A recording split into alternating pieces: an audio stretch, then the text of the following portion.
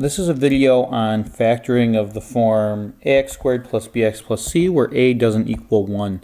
So basically what I mean is you have a trinomial, you have three terms, and your leading coefficient is something other than 1. So you'll see a number there. Typically, if you didn't see a number there, then a equals 1 is really what's happening there. And we talked about that in a previous video about how to factor that using reverse FOIL.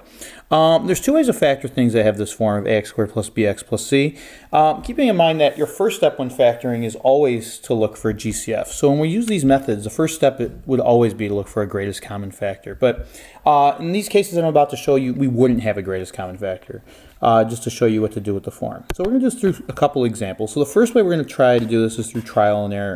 Now, by trial and error, it's kind of an educated way of guessing what the factors might be. So the directions for the example will say factor, and we'll look at this example here. 2x squared plus 5x plus 3. And when I go to factor this, first thing I should look for is a GCF, as I mentioned before. But there is no greatest common factor other than 1, so there's nothing I can factor out. And suppose I wanted to do this by reverse FOIL. And the reason we're doing it by reverse FOIL is if we have one of these, quadratics, something with the highest power of 2, with 3 terms, typically that came from something that you had to FOIL if you were multiplying two things together. So taking a look here, I have 2x squared. So for my first part of FOIL, that's what gives me the 2x squared, right? When I multiply these two first pieces together, that will give me the first term. And to get 2x squared, you want to really think about the factors of 2. Well, the factors of 2 are just 2 times 1, right? And then the factors of x squared, you want to do x times x. So really I'm going to have 2x times 1x here, so let's call x. And we know that when we do 2x times x, that gives me 2x squared. And then for the last piece of each of these factors, you want to figure out what multiplies to give me the last term, which multiplies to give me a positive 3. So we want to look for the factors of 3. Well, the factors of 3 are really just 1 and 3, or negative 1 and negative 3. Now, because the middle term is going to be a positive, right, that positive 5x, we know we want to use both positive. So 1 and 3 will be the factors we need, but which order? Because you could put the 1 in the first slot and the 3 in the second slot, or you put the 3 in the first slot or the 1 in the second slot, and it changed what the factors are. So we really do have two possibilities. All right, so two possibilities here.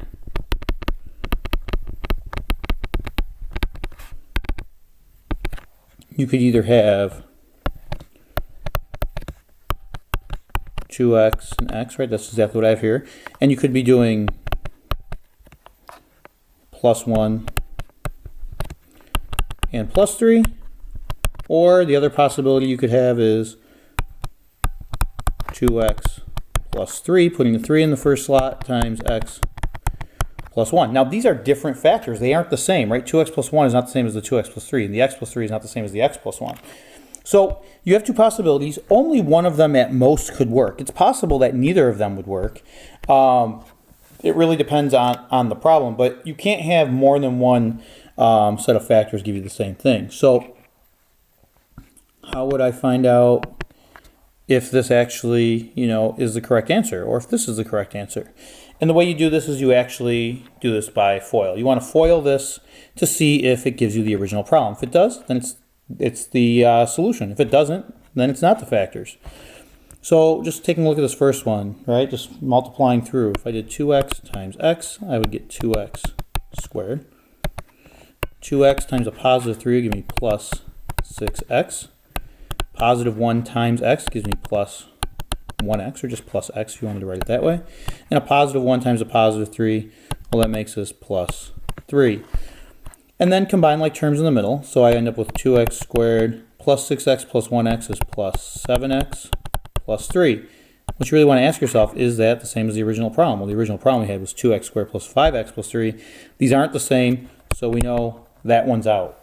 Now, just because this one's out doesn't automatically make this one true. You should check this one as well. one thing I do want to mention is that the ends should always work out properly if you did this first part correctly, where you're trying to figure out what the factors are. The middle is really what you're really checking, but I like to check the ends just to make sure I'm using the correct factors. So taking a look at this next one here, right, the other possibility, we have to make sure it works. We have 2x times x. This gives us 2x squared. 2x times a positive 1 makes us plus 2x. We have a positive 3 times x, so plus 3x. And a positive 3 times a positive 1, so plus 3. And combining like terms here, I end up with 2x squared. In the middle, 2x plus 3x gives me plus 5x plus 3. Is that the original? Yeah, it is. It checks out. So that tells me that this is actually my answer. So don't give me this as the answer, right? 2x squared plus 5x plus 3 is the original problem. What it factors to is what you found here.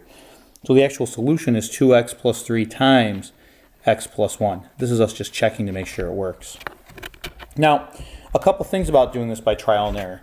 It works out very nicely if the coefficients you have, right, so the leading coefficient and then the constant term are prime numbers, because that gives you only one way you can multiply to 2, or one way you can multiply to 3, right? I only have 2 times 1 is my only choice to get to a 2 here.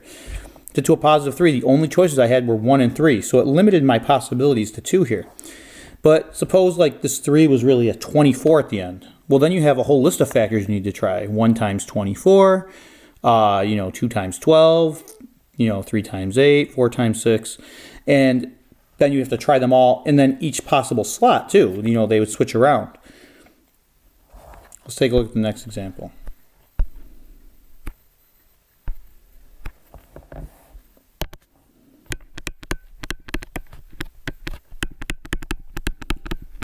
If I said to factor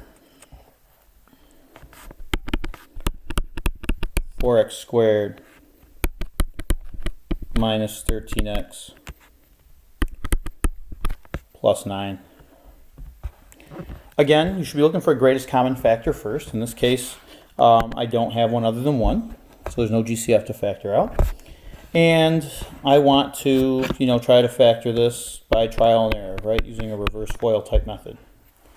And remember, this first term, the 4x squared, comes from multiplying your first steps of FOIL. So I need to figure out what the factors of 4 are. Well, the factors of 4, right, think of our choices. The factors of 4 are 1 in itself, right, 1 times 4, or 2 times 2.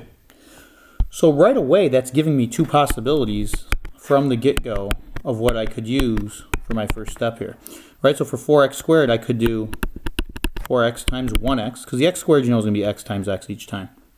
For the 4, though, I can either use 4 times 1, or I could use the other set of factors, so it would be 2x times 2x. Again, the 2 times 2 gives me the 4, the x times x gives me x squared. You always know the x's are going to be separated.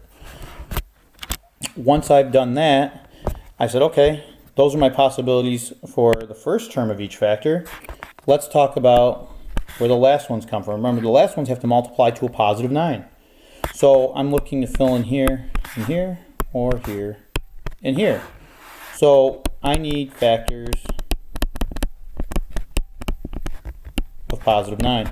Now remember, the factors of positive 9 here are going to be of the same sign, because it's multiplied to a positive value. Because the middle has to add to a negative, we know both numbers I need are going to be negative. So what are the factors of 9? Well, it's negative 1 and negative 9, or negative 3 and negative 3. And the reason I'm using negatives is because the middle term is negative. All right, but what goes where, right? Because I could put negative 1 here, negative 9 here, or flip them, or they could go over here. Same thing with the 3's. There's a few possibilities. So let's list them out. All right, so these are the possibilities.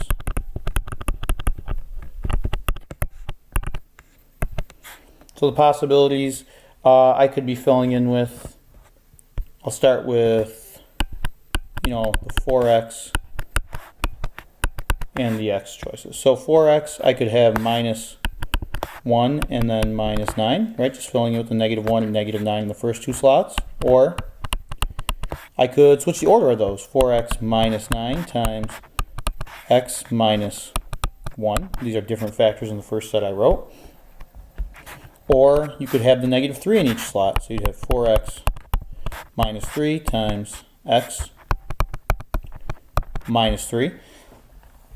And then, flipping the -3s, if I put -3 and -3 here, it gives me the same thing. So I don't have to write this set again. It'd be the same thing. And then I have the factors that have the 2x's in there, right? So this would be 2x and 2x.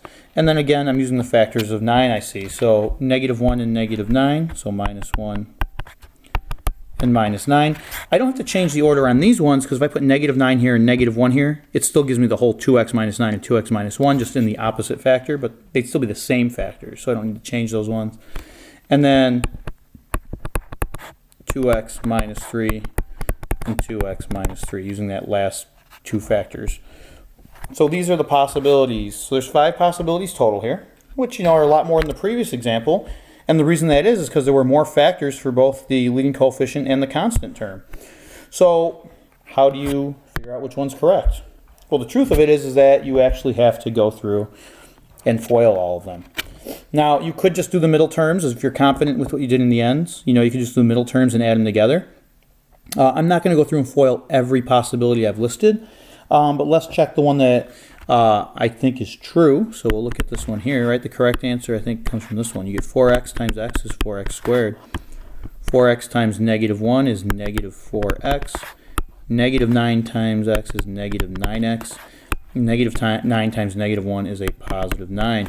And remember what you're trying to check. You're trying to check to see if this comes out to the original problem. So I'm going to combine my like terms in the middle. So this will give me 4x squared minus 13x plus 9. That is the original, so that checks out. So that's how I know this is my answer. All right, so the solution here, all right, my solution, if I go through this, is the 4x minus 9 times x minus 1. Make sure you don't give me what you did when you checked it, right? This is just, a check. This is the answer, right? You need a product when you factor. Things are being multiplied. So when we look at this, if you had listed these in a different order, you might not have tried this as soon. It might have been the last one you tried. And that's okay. It just takes some time. As you do more practice with this, it becomes a little quicker to check those middle terms. Checking the middle terms is what really you need to check out. The ends should work out as long as you've set up the first part properly, if you understood what factors of 4 were for each of the cases. If you're missing factors when you do this, you won't get all the possibilities. You might miss out on the correct solution. So you got to be careful of that.